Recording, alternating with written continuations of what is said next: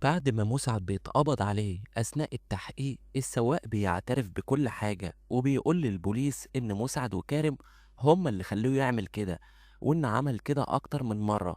وبيتم حبس مسعد وكارم على ذمة القضية 14 يوم.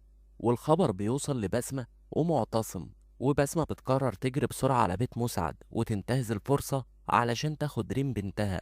ولكن بتلاقي عبلة متضايقة ومنهارة، هي ومنعم، علشان مسعد اتقبض عليه ومش عارفة تعمل ايه. وهتقول لي بسمة انت مش هتاخدي ريم طول ما ابوها مش موجود، انت مبسوطة طبعا ان ابني اتسجن. وهتعاند عبلة مع بسمة ومش هترضى تديها البنت. وهدى بتقول لها ما تسيبيها تاخدها، بس السماح بتحل موقف وبتقول لبسمة روحي دلوقتي وما تخافيش على بنتك، انا هجيبها لك لحد عندك. وبيكون مسعد في السجن وهيتحكم عليه بكذا سنة. وكريم بيقول له مش قلتلك بلاش الممنوعات؟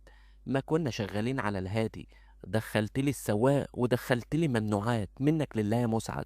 وبتكون بسمة قاعدة مع أبوها وأمها وبتقول لهم كده أنا هرفع قضية على مسعد لو عبلة ما رجعتش البنت من نفسها، وهنكسبها بسهولة. استحالة بنتي يربيها واحد حرامي وتاجر ممنوعات.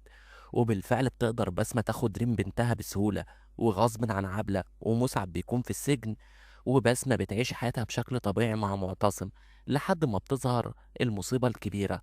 مرات عمر بعد ما شافت الورقة بتاعة المرور وعرفت إن عمر بيكذب عليها، هتبتدي تراقبه وهتعرف هو بيروح فين، وهتراقبه لغاية ما تظبطه متلبس هو وفاطمة في بيت واحد. وساعتها فاطمة هتقول لها بلاش غلط، أنا زوجة عمر بالظبط زيك. ومرات عمر بتنهار ساعتها وبتجري على أبو عمر، والعيلة كلها بتعرف، ومعتصم وأبو فاطمة بيعرفوا، وبتبقى صدمة كبيرة ليهم. والصدمة دي بتكون عكس توقعات عمر وفاطمة، إن جواز معتصم وبسمة هيقرب المسافات، ولكن العكس هيحصل. معتصم بيتخانق مع بسمة بسبب فاطمة وعمر، وبسمة هتقوله أنا عارفة إن عمر غلطان، بس فاطمة برضو مفروض ما كانتش توافق وتسمح لنفسها تحب وتتجوز راجل متجوز قبل كده ومخلف ولاد، لا وكمان اتجوزته في السر. وده هيخلي معتصم يتعصب على بسمة، وبسمة بتسيب البيت وتمشي وتروح تقعد عند ابوها تاني. وبيكون عمر اتخانق مع مراته وسابت له البيت هي كمان ومشيت وراحت عند اهلها، وبترفع عليه قضية طلاق ونفقة. وفاطمة بتكون في ورطة ومش عارفة تعمل ايه بعد ما ابوها وقع من طوله اول ما عرف ان هي اتجوزت في السر من غير ما تقوله، لا واتجوزت عمر اللي بيشتغل عندهم ومن ورا الناس كلها، عمر المتجوز اللي مخلف ولاد. وهتحاول فاطمة تشرح موقفها ولكن الكل بيجي عليها وبيقول لها انت غلطانة. وبتكون ليلى وطارق بيشعلوا الموضوع اكتر وبيقولوا المعتصم وابوه انت بس ما ضحكت عليك وعمر ضحك على فاطمة، واحنا حذرنا بابا قبل كده من جوازك من بسمة ولكن محدش سمع كلامنا. وطارق بيكون مبسوط جدا باللي حصل ده وبيقول لي ليلى مش قلتلك الناس دي كانت داخلة على طمع وعايزين على المطبعة من كل ناحية.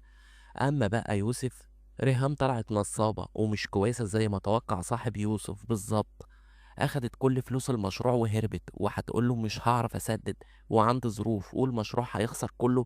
ويوسف بيفلس وبيدين بفلوس للشركة اللي كانت بتموله المشروع. هنشوف مشاكل كتير وأحداث هتتصاعد في المسلسل، سجن مسعد وانهيار عبلة ومنعم وهدى وكشف جوازة عمر وفاطمة ومشاكل ما بين معتصم وبسمة. وبكده أكون وصلت لنهاية فيديو اليوم من توقعات وتحليل مسلسل فات الميعاد.